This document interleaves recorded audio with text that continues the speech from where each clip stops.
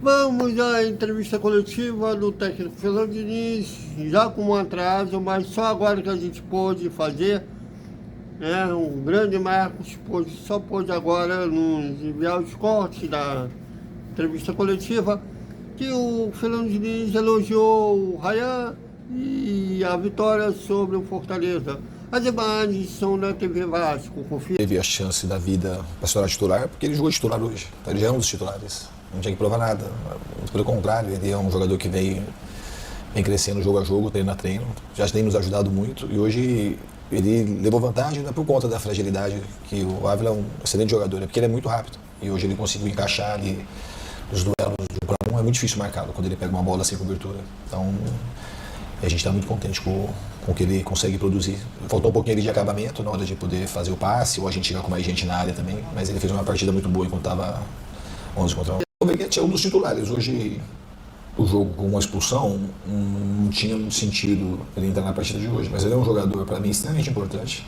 Ele continua sendo nosso grande capitão, nosso artilheiro, e ele é um dos titulares. Não dá para falar que o Rete é reserva aqui do Vasco. Ele é um dos nossos principais jogadores, uma das principais lideranças, nosso artilheiro, um cara que tem carisma com a torcida, tem carisma no vestiário, pessoa que todo mundo adora.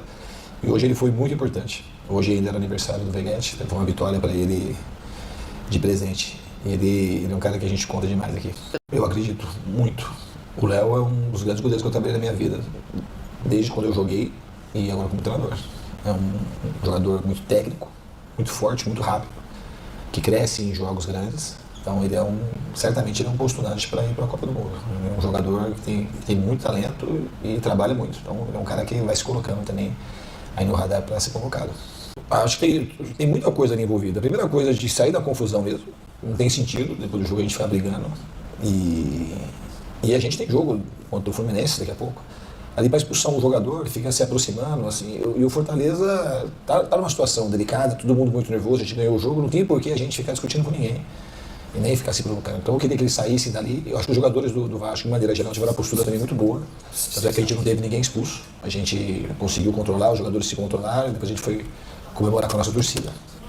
Na realidade, esse time, desde que eu cheguei, a gente treina muitas vezes com superioridade numérica. Então é um time que sabe lidar bem com situações desse tipo.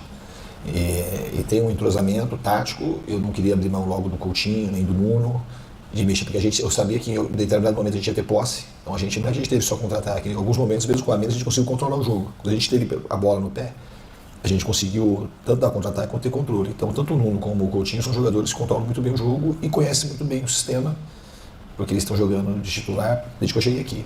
Então, quando eu fui para o intervalo, a gente só reposicionou o time, a gente marcava um 5-3-1. E quando tivesse a bola, a gente teve um pouco de controle. Quando deu uns 10, 12 minutos, já vi que estava ficando pro Coutinho, estava ficando muito sobrecarregado para ele poder chegar no ataque, ter que voltar e marcar quase como terceiro volante, e o Nuno também. E aí eu fiz as trocas, coloquei o jogador mais fresco, com mais saúde e com uma característica um pouco mais de mais força e mais velocidade, que eu acho que a gente conseguiu, quando a gente tinha posse, aí ter até o contra-ataque com mais velocidade, aquela entrada dos jogadores do David, principalmente ali do lado, que é um jogador que chega, ele ajudava a marcar e toda hora conseguia chegar na frente. Tentar fazer a dupla função. E eu acho que todo mundo que entrou contribuiu muito. O Puma entrou muito firme, ele fez um esforço muito grande para vir lá da Ásia, para chegar aqui e se colocar à disposição para jogar. Então acho que o time fez. Hoje foi uma vitória das mais importantes e das mais difíceis que a gente teve no campeonato. Não, sonhar, o torcedor está sonhando faz tempo, eu acho. Com isso e a gente também. Quando você está na parte de baixo da tabela, é muito difícil ficar falando de Libertadores. Mas a pontuação do Vasco, depois que eu cheguei, ela não condiz com o que o time desempenhou. Era para a gente estar mais bem classificado na tabela. Pelo menos uns 6, 7 pontos para cima do mínimo. A gente deixou escapar pontos assim que estava totalmente na nossa mão. E agora, com o resultado está acompanhando o desempenho da equipe, a gente conseguiu pontuar bem nos últimos, principalmente no retorno. Existe uma tendência, obviamente, que a gente consegue olhar, não só sonhar, mas de maneira objetiva, olhar mais para cima na tabela. Mas sabendo que o campeonato é muito difícil, e se você não pontua e os outros pontuam, você acaba ficando naquela situação ali. Então a gente está numa situação de meio de tabela.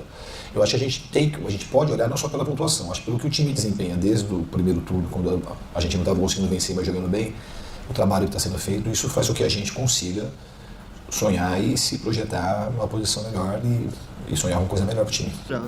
É isso, galera. Lembrando que o elenco do Vasco está de folga nessa quinta-feira. A reapresentação está marcada para amanhã no Centro de Treinamento Moacir Barbosa. visando esse jogo de segunda-feira, às 7h30 da noite, contra o Fluminense no Maracanã. Até mais.